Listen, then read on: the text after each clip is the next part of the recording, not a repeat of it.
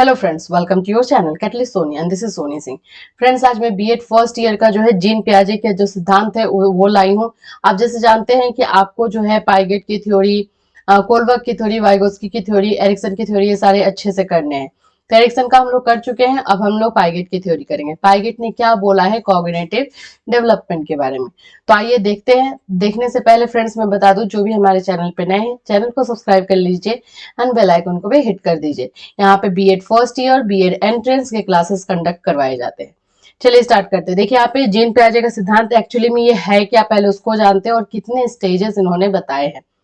Gene पियाजे के संज्ञानात्मक विकास के सिद्धांत से पता चलता है कि बच्चे मानसिक विकास के 4 अलग अलग चरणों से गुजरते हैं। जीन पियाजे ने बताया है कि ये 4 अलग अलग जो है वो चरण होते हैं जिससे जो की है बच्चे गुजरते हैं। अब इसमें इनका कौन कौन सा चरण है वो देखिए। पहला है सेंसरी मोटर, जो कि जन्म से 2 वर्ष तक होता है।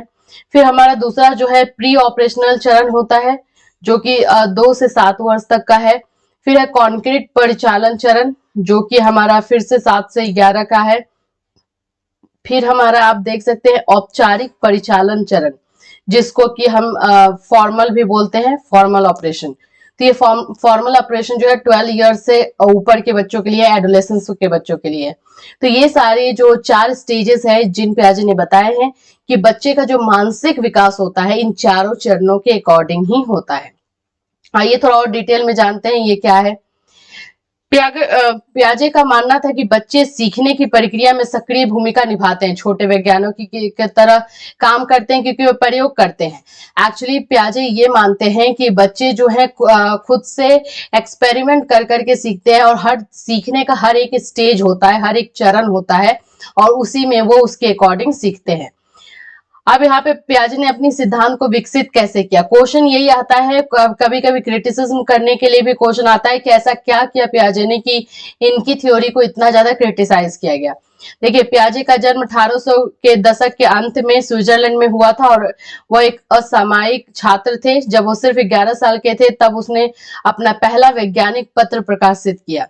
वो साइंटिस्ट थे तो अपना जो है पहला पत्र प्रकाशित किए थे कब, जब 11 साल के थे। इस तरह से उनका जो है अल्फ्रेड बाय ने, फिर आईक्यू टेस्ट, ये सारी चीजें आप यहाँ पे देख सकते हैं। आइए हम ये सारे पीडीएफ जो है फ्रेंड्स आपको टेलीग्राम पे मिल जाएंगे। मैं इसमें जो जो मेन पॉइंट है वो आपको बता रही हूँ, उसको समझाने का ट्राई कर रही हूँ। अदरवाइज ये सारे पीडीएफ आपको जो है आपके टेलीग्राम पे मिलेंगे एंड देन हम लोग इसका नोट्स भी बना कर रेडी किए हैं, तो आप नोट्स भी चाहे तो परचेस कर सकेंगे जो childhood and growing up first year का है। चलिए स्टार्ट करते हैं कि एक्चुअली में ये जो फर्स्ट स्टेज इन्होंने बताया है सेंसरी मोटर स्टेज, ये है क्या। तो देखिए, सबसे पहले तो आपको यहाँ पे एज जो है वो लर्न करना है। ये कब से कब के लिए बताया है पियाजे ने, जन्म से 2 वर्ष, जन्म से 2 वर्ष को उन्होंने सेंसरी मोटर स्टेज बताया है। देखिए, जैसे कि नाम है सेंसरी, सेंस का मतलब क्या होता है, हमारे पास जो 5 सेंस ऑर्गन होते हैं उसमें बच्चे यूज करते हैं। उन 5 सेंस को यूज करना एक्चुअली में ये 2 साल के अंदर वो सीखते हैं। ये बात पियाजे ने बताई है। देखिए, इसमें इसकी विशेषताएं क्या क्या है। शिशु अपने हरकतों और संवेदनाओं से दुनिया को जानता है। पियाजे का कहना है कि बच्चे जो है अपनी ही हरकतों से जो है वो दुनिया को जानना स्टार्ट करते हैं। दूसरा है, बच्चे बुनियादी क्रियाओं जैसे चूसने, पकड़ने, देखने और सुनने के माध्यम से दुनिया के बारे में सीखते हैं। जो बच्चों का स्टार्टिंग एक्टिविटी जो होता है वो आप अगर ध्यान भी दिए हो तो कोई भी बच्चा जो है जब उसके सामने कोई सामान आता है और वो उससे अट्रैक्ट होता है तो उसको उठा करके मुंह में डाल लेता है, तो अपने वो टंग का यूज करता है, वहां पे अपने सेंस ऑर्गन का यूज कर रहा है। फिर पकड़ता है तो टच करने का, देखता है तो आईज का, इस तरह से सुनता है तो फिर ईयर का, इस तरह से वो सारे अपने सेंस ऑर्गन का यूज इसमें करता है।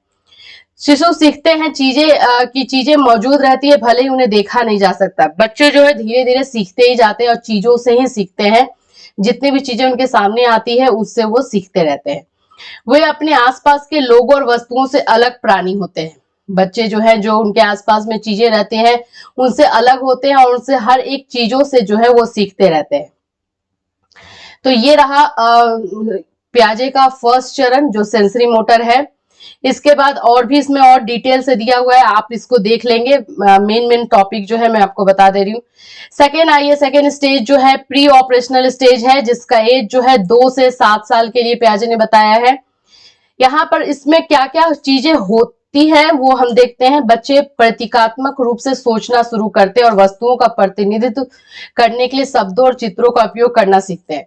यहाँ पे बच्चे जो ऑब्जेक्ट परमानेंस हो जाते हैं, ऑब्जेक्ट सामानों से जो है वो सीखते हैं और सामानों का प्रतिनिधित्व करते हैं और उनके उससे चित्रों को पहचानना स्टार्ट करते हैं, शब्दों को पहचानना स्टार्ट करते हैं। तो ये जो है इस स्टेज में होता है। इसके बाद है इस स्तर पर बच्चे अहंकारी होते हैं और चीजों को दूसरे के नजरिए से देखने के लिए संघर्ष करते हैं। एक्चुअली इस स्टेज में क्या होता है, बच्चे ना बहुत सेल्फ सेंटर्ड हो जाते हैं, अपने बारे में सोचते हैं और अपने तरीके से सोचना चाहते हैं।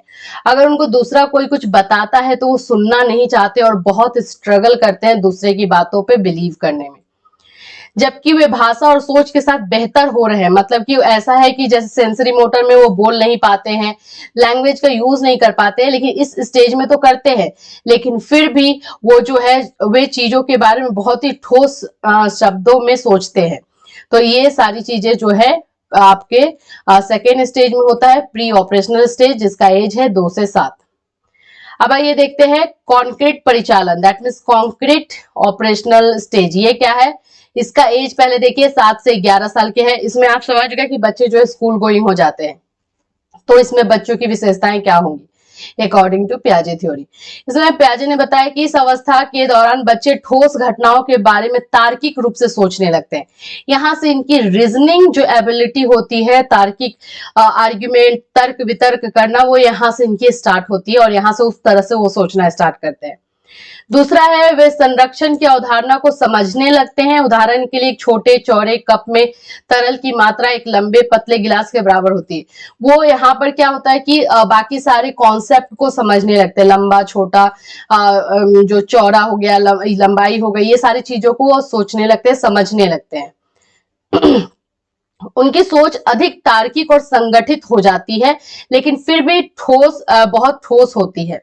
यहाँ पे ठीक है, बच्चे जो है तार्किक तरीके से सोचना तो स्टार्ट कर देते हैं, लेकिन अभी भी जो है ये ठोस ही होती है, अभी भी इसमें वो बोले लचीलापन जो है वो नहीं आया हुआ रहता है। यहाँ पे बच्चे आगमनात्मक तर्क का उपयोग करना शुरू करते हैं या विशिष्ट जानकारी से लेकर सामान्य सिद्धांत तक तर्क करते हैं। यहाँ पे बच्चे विशिष्ट से सामान्य जाना स्टार्ट कर देते हैं, जो उनको जानकारी मिली रहती है या जो रहती है उसमें और एक्सपेरिमेंट कर करके वो सोचते हैं। तो इस स्टेज में ये होता है।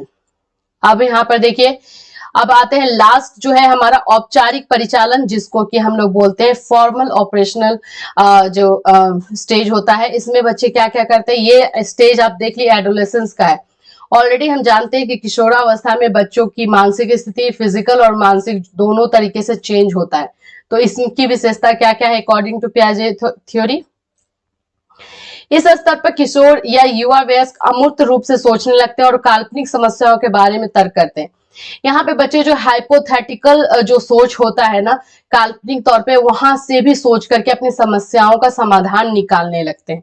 तो यहाँ पे इनकी सोच जो है और ज्यादा बोले तो डेवलप हो जाती है। ठीक है, फिर है सार विचार उभरता है, हर चीज को सारांश तरीके से वो लेकर के आते हैं, जितना अब तक सीखे रहते हैं उनका यूज करते हैं वो।